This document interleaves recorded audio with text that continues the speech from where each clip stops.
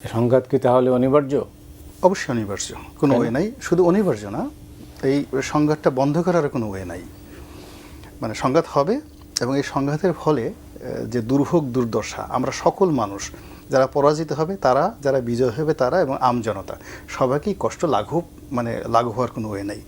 শেখ হাসিনা যখন চলে গেলেন, আমি 2014 সন থেকে মোটিভাই বলে আসছিলাম যে উনি এমন একটা পরিণতি করে ফেলেছেন যে উনাকে যেতে হবে টুডে অর টুমরো, যত আগে যাবেন ক্ষয়ক্ষতি কম হবে। এবং উনি যাওয়ার পরে উনি হয়তো যারা সুবিধাভোগী তারা নিরাপদে সবাই যেতে পারবেন, কিন্তু বাকি সব মানুষগুলোকে বিপদে ফেলবেন। ঠিক এখনও তদ্রুপ। টোটাল এই ঘটনার সঙ্গে হয়তো 300-400 লোক জড়িত আছে, এখন যারা আছে 300-400, যাদেরকে আপনি সুবিধাভোগী করতে পারেন। কিন্তু এই 300-400 জন লোকের কারণে কি হলো? প্রথমত শেখ হাসিনা আমাদের পুরো নেশনটাকে 15টা বছর ধরে একটা ভীত সন্ত্রস্ত জাতিতে পরিণত করে ফেলেছে। আমরা ভয় পাচ্ছি। তো এই 15 বছর ভয় পেতে পেতে গর্তে থাকতে থাকতে আমাদের মধ্যে একটা অটোমেটিক একটা যাকে বলা সেন্সরশিপ চলে এসছে। ফলে এই 300 লোক যারা শেখ হাসিনার চেয়ে সব দিক থেকে দুর্বল, তারপরেও আমাদের আমজনতা ওই যে 15 বছর ভয় পেয়ে আসছে, তারা ভয় পাওয়া শুরু করেছে। আর একটা বিরাট অংশ যারা দীর্ঘদিন ভয় পেত তারা অত্যাচারী হয়ে গেছে। আমরা ওই যে বলি না আইএমএ জাহেলিয়াত, আইএমএ জাহেলিয়াত মনে হলো যে এখানে আইএমএ জাহেলিয়াতের মানে প্রথম দুটো শব্দ হলো অজ্ঞতা এবং মূর্খতা। তো যখন একটা মানুষের মধ্যে অজ্ঞতা থাকে, না জানে, এবং সে মূর্খ হয়, এখানে তখন তার চোখের উপর পর্দা পড়ে, মস্তিষ্কের মধ্যে অন্ধকার দেখা দেয়, সে কিছু দেখে না, এবং সেই যুগটিকে বলা হয় আইএমএ জাহেলিয়াত। আশ্চর্য করার ব্যাপার হলো যে এই মুহূর্তে যারা মুক্তিযুদ্ধর ইতিহাস পাল্টাতে চাচ্ছে তারা কেউ মুক্তিযোদ্ধা নন। মানে এখন যারা বলতে চাচ্ছেন মুক্তিযুদ্ধের বিরুদ্ধে তারা প্রথমে কেউ মুক্তিযোদ্ধা নন, নট এ সিঙ্গেল ওয়ান। তাহলে মুক্তিযুদ্ধ সম্পর্কে তাদের অজ্ঞতা রয়েছে। এই মুহূর্তে যারা সংবিধান নিয়ে কথা বলছেন, আমি তো ছোট মানুষ, আইনের ছাত্র, উনি প্র্যাকটিস করেন, ওনারা সংবিধান সম্পর্কে তাদের মূর্খতা একেবারে স্পষ্ট। আমাদের সংবিধান যেভাবে হয়েছে, যেভাবে লিখিত হয়েছে, এটার জন্য যে বিধি, এটার জন্য যে বিধান, এটার জন্য যে ইতিহাস, প্রত্যেকটার যে ধারাবাহিকতা আছে, এই ধারাবাহিকতাটা আর কোনো অবস্থাতেই দ্বিতীয়বার সম্ভব নয় এই জাতির মধ্যে। আমরা কেন বলি 1000 বছরের শ্রেষ্ঠ বাঙালি? কেন বলি 1000 বছরের মধ্যে এই একবার 71 মুক্তিযুদ্ধ হয়েছে? কেন 1000 বছরের মধ্যে হয়নি কেন? এই 1000 বছরের ইতিহাস আপনি তাদেরকে জিজ্ঞাসা করেন, তখনই তাদের মূর্খতা টের পেয়ে যাবেন।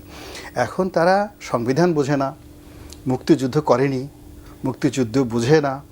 তারপরে একটা আইন যখন তৈরি করতে হয় আপনাকে একটা জুডিশিয়াস মাইন্ড থাকতে হবে, জুরিসপ্রুডেন্স আপনাকে জানতে হবে, আপনাকে কাস্টম জানতে হবে, মানে প্রথা জানতে হবে।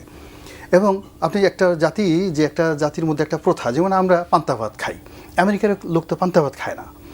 তো এই যে আমরা যে পান্তা ভাত খাই, এটা কেন আমাদের এই প্রথাটা আমাদের মধ্যে আসলো? আমরা হাজার হাজার বছর ধরে আমাদের এই মাটির সঙ্গে, খাদ্যের সঙ্গে আমাদের যে অভ্যাসটা জড়িত, এই অভ্যাসের উপর নির্ভর করে আইন হয়, এই অভ্যাসের উপর নির্ভর করে আদালত হয়, অভ্যাসের উপর নির্ভর করে বিচার হয়।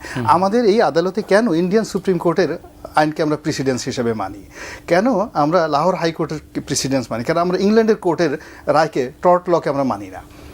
এই জিনিসগুলো, এই যে যারা সংবিধান পরিবর্তন করবে, উনি তো আইনেরই ছাত্র না, কিন্তু এই টোটাল বিষয়গুলো হলো কি, সব মিলিয়ে দেখা গেল যে পুলিশ সংস্কার কমিশন করছে, সংবিধান সংস্কার কমিশন করেছে, নির্বাচন সংস্কার কমিশন করেছে। যিনি করেছেন, আমি বললাম যে ভাই, আপনি নির্বাচন সংস্কার কমিশন করেছেন, আপনি কি জীবনে কোনোদিন নির্বাচন করেছেন?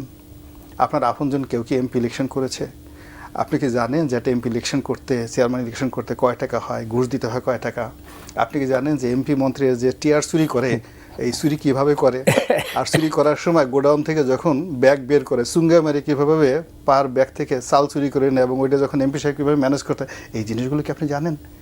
না, জানি না। তাহলে বলে আপনি সংস্কার করবেন কীভাবে? হাউ? আপনাকে তো টোটাল নির্বাচন ব্যবস্থাটা বুঝতে হবে। তাই দেখেন, টোটাল প্রক্রিয়ার সাথে আমাদের দেশের যে ট্রেডিশনাল রাজনীতি যারা করেন, আমাদের দেশের যারা সংবিধান বোঝেন, বা সারা দুনিয়াতে যারা সংবিধান লিখেছেন, তো এইরকম কোনো মানুষকে আমরা পাইনি এই টোটাল প্রক্রিয়ার মধ্যে।